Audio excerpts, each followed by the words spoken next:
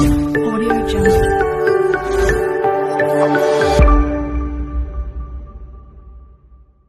गौतम बुद्ध की शिक्षाएं जीवन में ज्ञान और शांति प्रदान करती हैं। खाली नाव की कहानी जैसे अनुभव हमें यह सिखाते हैं कि छोटी छोटी घटनाएं भी हमारे मनोविज्ञान को गहराई से प्रभावित कर सकती हैं। बुद्ध ने एक दिन ध्यान में बैठे बैठे अचानक एक खाली नाव के टकराने का अनुभव किया।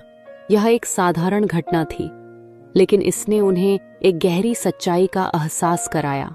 जब बुद्ध ने देखा कि नाव खाली है, तो उनके मन में जो क्षणिक क्रोध उठा था वह तुरंत समाप्त हो गया। यह एक महत्वपूर्ण क्षण था। उन्होंने पाया कि गुस्सा करने का कोई कारण नहीं था। जब उन्होंने महसूस किया कि कोई जानबूझकर उन पर हमला नहीं कर रहा। यह क्षण हमें बताता है कि अक्सर हम अपनी भावनाओं में बह जाते हैं, बिना सोचे समझे प्रतिक्रिया देते हैं। बुद्ध ने अपने शिष्यों को समझाया कि हमारे जीवन में भी ऐसे ही क्षण आते हैं।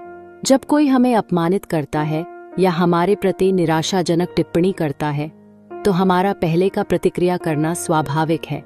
लेकिन जब हम समझते हैं कि वह व्यक्ति खुद अपने संघर्षों से गुजर रहा है, तो हम अपने क्रोध को कम कर सकते हैं।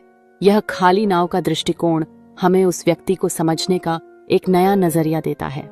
हमारे चारों ओर लोग हैं जो अपने दुखों और परेशानियों से जूझ रहे हैं।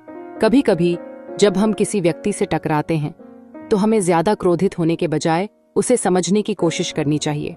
जैसे बुद्ध ने देखा कि नाव खाली थी, हमें भी यह सोचने की आवश्यकता है कि क्या कोई भी जानबूझकर हमें ठेस पहुंचाने की कोशिश कर रहा है। इस तरह से जब हम अपने मन को शांत करते हैं, तो हम खुद को शांति की ओर ले जाते हैं। यह कहानी हमें याद दिलाती है कि हम खुद को मुक्त कर सकते हैं जब हम दूसरों के प्रति हमारा दृष्टिकोण बदलते हैं।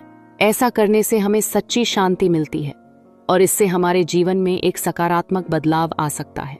इस कहानी से प्रेरित होकर हमें यह सीखना चाहिए कि गुस्सा करने के बजाय समझदारी, सहानुभूति और शांति का चयन करें।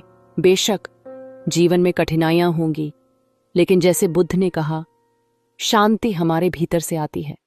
इस संदेश को अपने जीवन में उतारने का प्रयास करें ताकि हम सब एक बेहतर दुनिया की ओर बढ़ सकें।